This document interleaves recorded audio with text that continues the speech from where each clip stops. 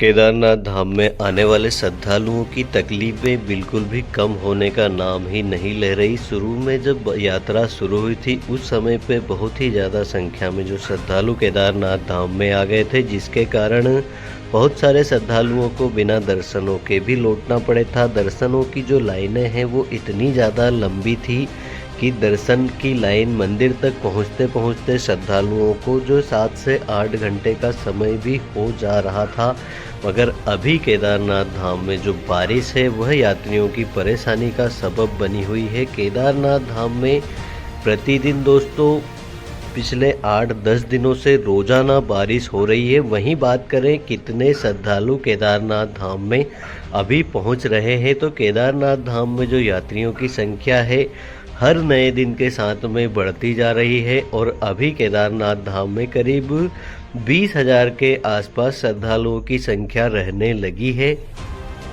अगर आप लोग केदारनाथ धाम की यात्रा पर आते हैं, अगर आपको गर्भगृह में दर्शन करने हैं तो आप सुबह जितनी जल्दी हो सके आप दर्शनों की लाइन में लग जाइए। जो प्रातः दोस्तों जितनी जल्दी आप लाइन में लगोगे आपको गर्भगृह में दर्शन होने के चांसेस उतने ही ज़्यादा रहेंगे। अगर आप दोपहर के 12 बजे से पहले मंदिर के अंदर चले जाते हैं तो आप गर्भगृह में ही दर्शन कर पाएंगे। 12 बजे के बाद में प्यारे मित्रों बाबा केदार की जो पूजन होती है, भोग होता है, श्रृंगार होता है, जिसके कारण 2 घंटे तक बाबा केदार का जो मंदिर है उसे बंद रखा जाता है।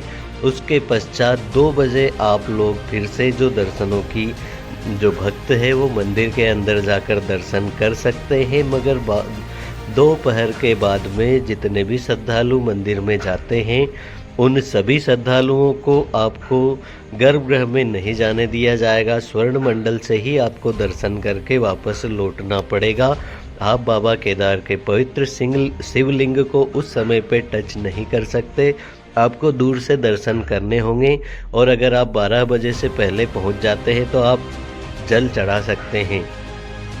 वहीं दोस्तों बात करें केदारनाथ धाम में जो पैदल पहुंचने वाले श्रद्धालु हैं और जो घोड़े खच्चर पिछले दिनों बंद हुए थे उसकी क्या अपडेट है, तो घोड़े खच्चर फिर से जो है चालू हो चुके हैं। अगर आप घोड़े खच्चर द्वारा यात्रा करना चाहते हैं तो आप गौरीकुंड से घोड़ा लेकर केदारनाथ धाम तक यात्रा बड़े ही आराम से कर सकते हैं। और बात करें दोस्तों जो रास्ते में मौसम किस प्रकार का है, तो आपको बहुत ही ज़्यादा ठंड यहाँ पर देखने को मिलेगी। केदारनाथ धाम में जो ठंड है वो भी लगातार ही बढ़ती जा रही है। केदारनाथ धाम में दोस्तों अगर आप गौरीकुंड से केदारनाथ धाम तक पहुँचते हैं तो रास्ते में आपको ग्लेशियर भी देखने को मिलने वाले हैं। तो जितने ज़्यादा हो सके आप अपने साथ में गर्म कपड़े लेके आइए।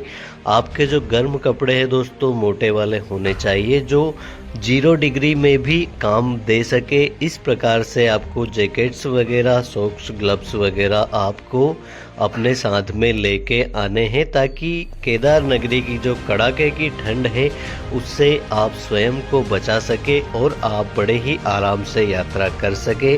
साथ ही दोस्तों आपको रेनकोट अपने साथ में ज़रूर लेके आना है, क्योंकि अभी पिछले कई दिनों से केदार नगरी में लगातार ही जो बारिश है उसका सिलसिला चल रहा है।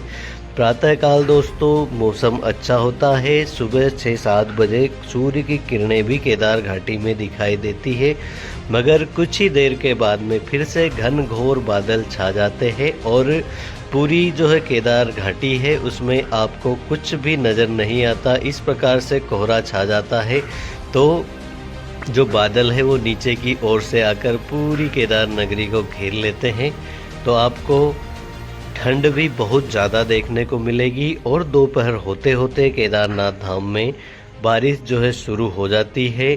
ओलावृष्टि कुछ दिनों में ओलावृष्टि भी देखने को मिलती है, स्नोफॉल भी देखने को मिलती है और बारिश तो रोजाना ही आपको हल्की या तेज़ बारिश देखने को मिलेगी।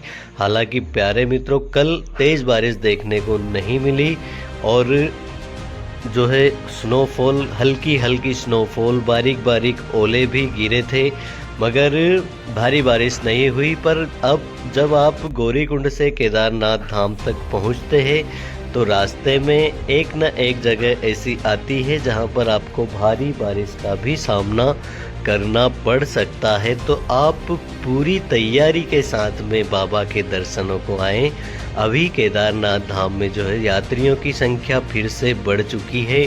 पूरी जो केदार यात्रा है बहुत ही अच्छे प्रकार से चल रही है।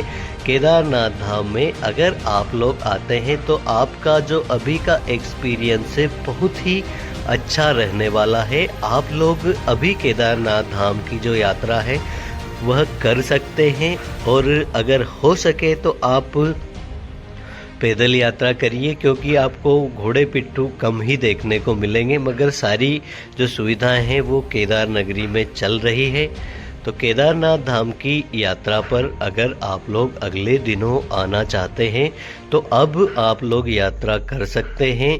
बारिश हो रही है मगर आप अपने साथ में जो चीज़ें हैं रेनकोट वगैरह लेके आते हैं तो आपको कोई समस्या नहीं होने वाली। बाबा केदार की नगरी में अभी जो यात्रियों की संख्या है हर दिन के साथ में बढ़ती जा रही है। तो आने वाले दिनों में यात्रा किस प्रकार से चलती है उसकी जानकारी भी हम आपको लगातार देते रहेंगे। बाकी आप लोग अगर यात्रा करना चाहते हैं, रुके हुए हैं, तो अब आप यात्रा कर सकते हैं। जय बाबा केदार।